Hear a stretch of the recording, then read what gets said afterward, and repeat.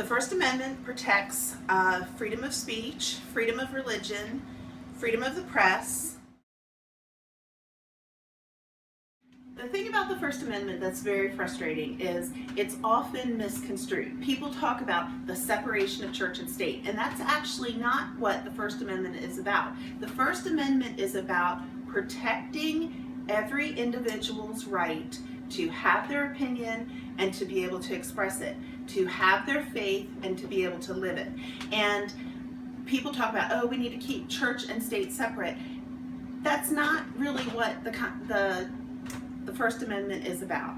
It is appropriate to have people of faith in the government. It is appropriate to have people of faith in schools. That's fine. The problem comes when then they try to impose their faith, which is a different sort of issue than just having the freedom to express it themselves. Yes, I do.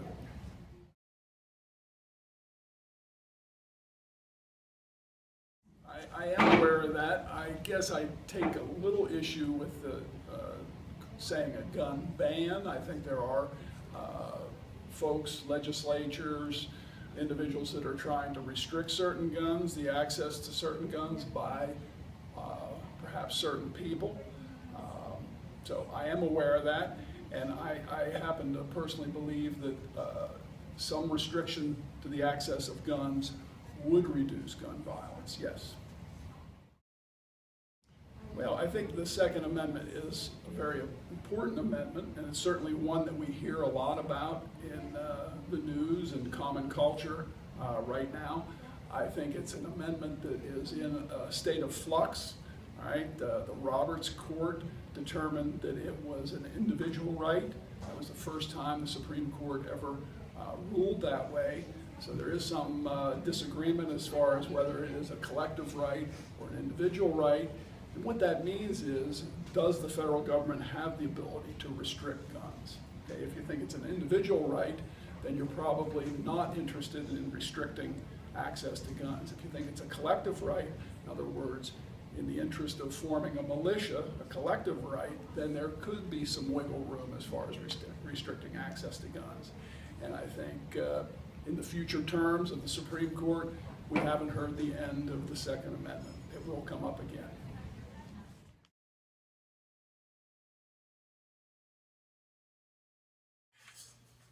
I feel that's against my rights, and not that I wouldn't host soldiers, I would, but it would be on my terms.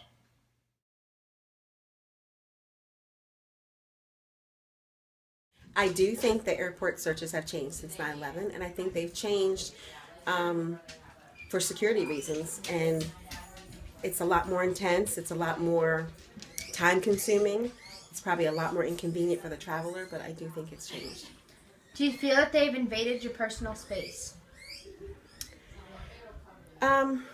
I would have to say yes, but I think it's a price worth paying for added security. And, you know, it's just a little inconvenience. It's not like a deal breaker for traveling. No. Yes. Yes. Because if you were to say something without meaning to that incriminates yourself, and you do not realize this, and you are innocent, then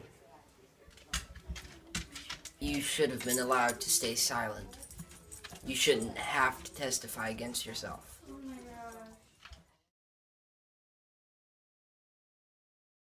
Well, I guess it depends on whether I was guilty or not. If I was not guilty, I would represent myself. I would do research.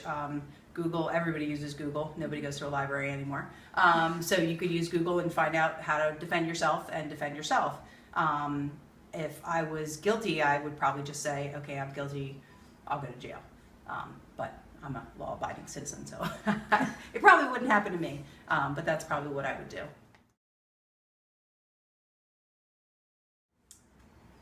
I think if it's something simple like a traffic violation or something simple like, you know, not paying a fine or something like that, could be a judge.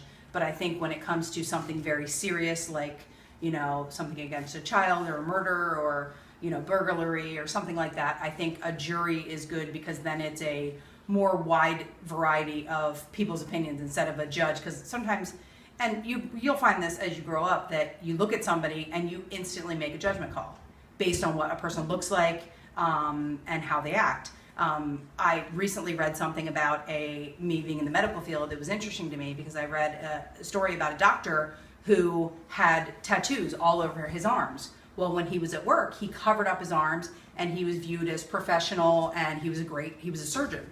Well, outside of work, he rode a motorcycle and would wear like a sleeveless shirt and you could see all of his tattoos and people would be like, oh, he's a biker, he must be in a gang, and they instantly made a judgment call on that person.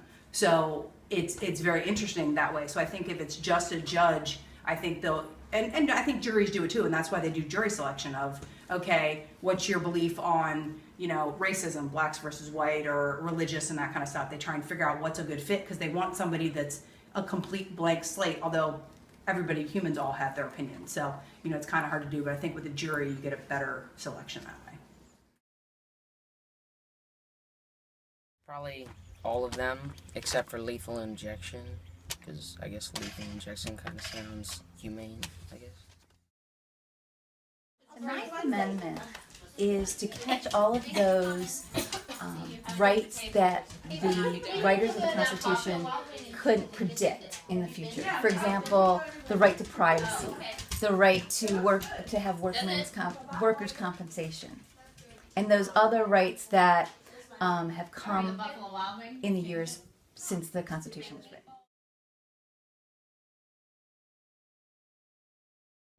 Yeah, I think the state should have the power to decide if gays have rights with gay marriage in the states. The president, I think he shouldn't be able to have the power to decide for the whole country.